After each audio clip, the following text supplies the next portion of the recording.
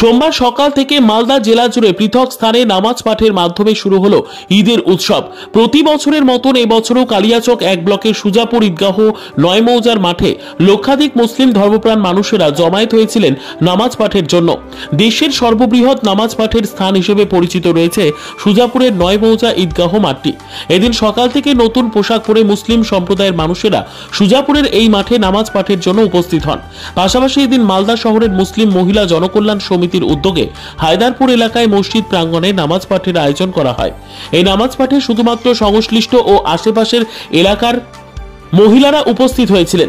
বিভিন্ন বয়সী মহিলা ও গৃহবধূরা হায়দারপুর এলাকায় নামাজ পাঠে অংশ নেওয়ার পাশাপাশি একে অপরকে ঈদের শুভেচ্ছা জানান। সেখানে উপস্থিত হয়েছিলেন ইংরেজবাজার পৌরসভার তৃণমূল দলের 15 নম্বর ওয়ার্ডের কাউন্সিলর গায়ত্রী ঘোষ। এদিকে মালদা শহরের স্টেশন রোড সংলগ্ন সুভাষপল্লী এলাকার মাঠেও পীর সাহেবের মাজারের সামনেও নামাজ পাঠের আয়োজন করা হয়। সেখানেও শতাধিক মুসলিম ধর্মপ্রাণ মানুষেরা নামাজ পাঠে সামিল হন। এই নামাজ পাঠ স্থানে উপস্থিত হয়েছিলেন ইংরেজবাজার পৌরসভার কাউন্সিলর গৌতম দাস, শুভময় বসু, উদয় চৌধুরী সহ বিশিষ্টজনেরা। এদিন সম্প্রীতির বার্তা নিয়ে পৌরসভার কাউন্সিলরদের সঙ্গে শুভেচ্ছা বিনিময় করেন মুসলিম ধর্মপ্রাণ মানুষেরা। কি বলতে চাইছেন? প্রথমত আমাদের কালিয়াচক থানার আইসি, ওসি এবং পুলিশ প্রশাসন আমাদের বরাবরই এখানে তদারকি করেন। গত 3 দিন আগে থেকে তারা এখানে টহল দেন এবং বিভিন্ন নিরাপত্তার জন্য ব্যবস্থাপনা করেন। আলহামদুলিল্লাহ আজকেও তারা এই বিভিন্ন রকম প্রতিকূলের মধ্য দিয়ে তারা শান্তি সুষ্ঠুভাবে জামাতকে পরিচালনা করলেন।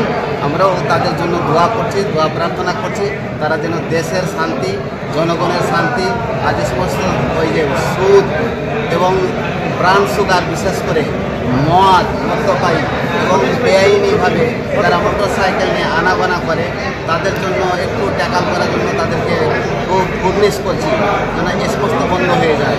আর এর জেরে বিভিন্ন রকম সংঘাত আমাদের মধ্যে আসছে।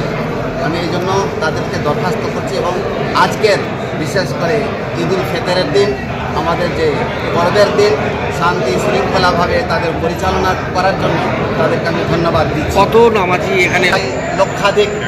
লক্ষাধিক মানুষ নামাজ পড়লেন। আলহামদুলিল্লাহ পরিবেশ খুব ভালো ছিল, আবহাওয়া খুব শান্তশিষ্ট ছিল। আমাদের মুসল্লিরাও ধৈর্যের পরিচয় দিয়েছেন।